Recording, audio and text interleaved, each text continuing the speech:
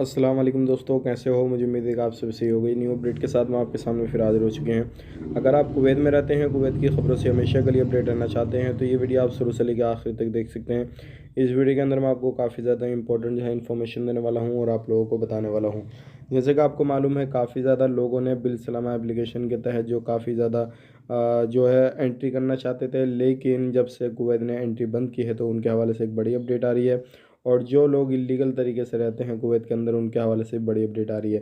तो बिना देरी किए वीडियो शुरू करते हैं, लेकिन उससे पहले मैं आपको बता देता हूँ, चैनल पर पहली बार आए हैं तो चैनल को सब्सक्राइब करें और साथ ही साथ बेल आइकन ज़रूर प्रेस कर दें, ताकि हमेशा आपको इसी तरीके से अपडेट मिलती रहे और आप हमेशा हमारे साथ में जुड़े रहें।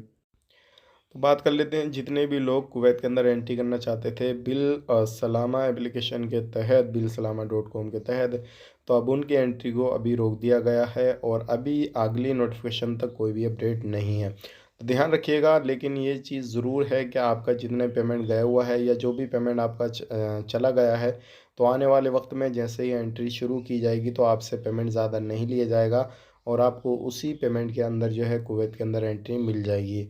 तो इस चीज़ का ध्यान रखिएगा और बिल सलामा .com पे आप जाके जो है टोल फ्री नंबर ले सकते हैं और उसके बाद में जो है कांटेक्ट कर सकते हैं। ओनली इंडिया के लोग, बाकी अदर कंट्रियों के जो लोग बिल सलामा एप्लीकेशन के तहत या गवर्नमेंट ने इजाज़त दे रखी है कुवैत गवर्नमेंट ने, तो वो लोग अभी एंट्री कर सकते हैं, उनको कोई भी प्रॉब्लम नहीं है।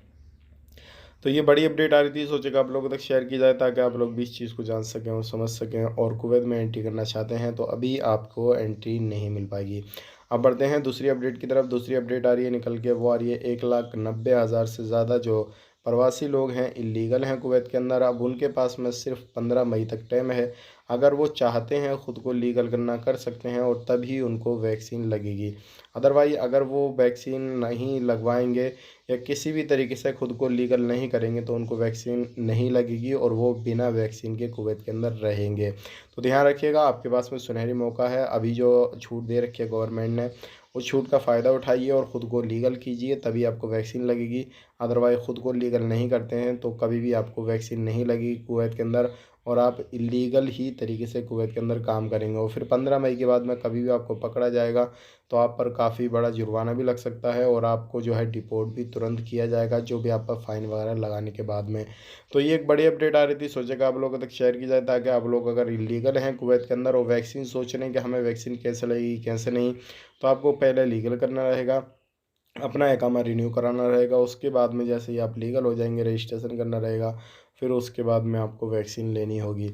अदरवाइज़ आप चाहते हैं वैक्सीन लेना, तभी आप ये सारा प्रोसेस करें। अदरवाइज़ आप चाहते हैं कि भाई कोई नहीं, ऐसे ही चल रहा चलता रहेगा, तो आपको फिर ये करने की ज़रूरत नहीं है। तो ये थी आज की दो बड़ी अपडेट्स, हो जाएगा आप लोगों तक शेयर की जाए। उम्मीद करता हूँ वीडियो पसंद आएगा, पसंद आए तो लाइक करें, शेयर करें, चैनल पर पहली बार आए चैनल को सब्सक्राइब करें, ताकि हमेशा आपको इसी तरीके से अपडेट मिलती रहे और आप हमेशा हमारे साथ में जुड़े रहें। मिलेंगे किसी नेक्स्ट वीडियो में, तब तक के लिए आप अपना ख्याल रखें, अपनी फैमिली वालों का ख्याल रखें। Take care, bye.